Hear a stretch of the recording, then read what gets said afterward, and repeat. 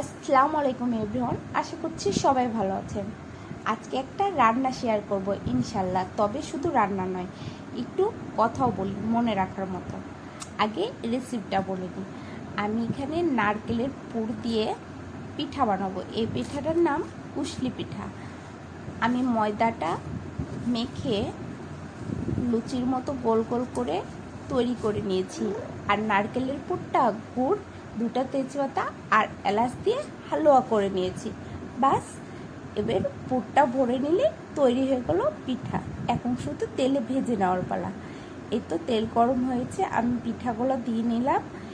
এখন মন মতো ভেজে তুলে নিলে রেডি আমার পিঠা।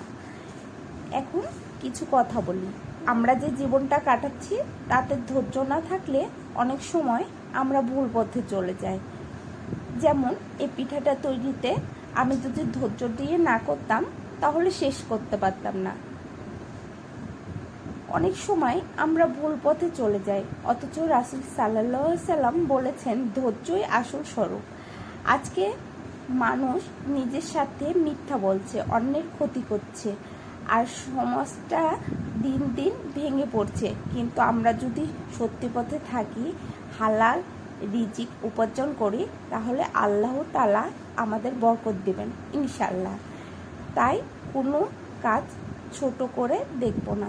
ধন্যবাদ সবাইকে, ভালো থাক।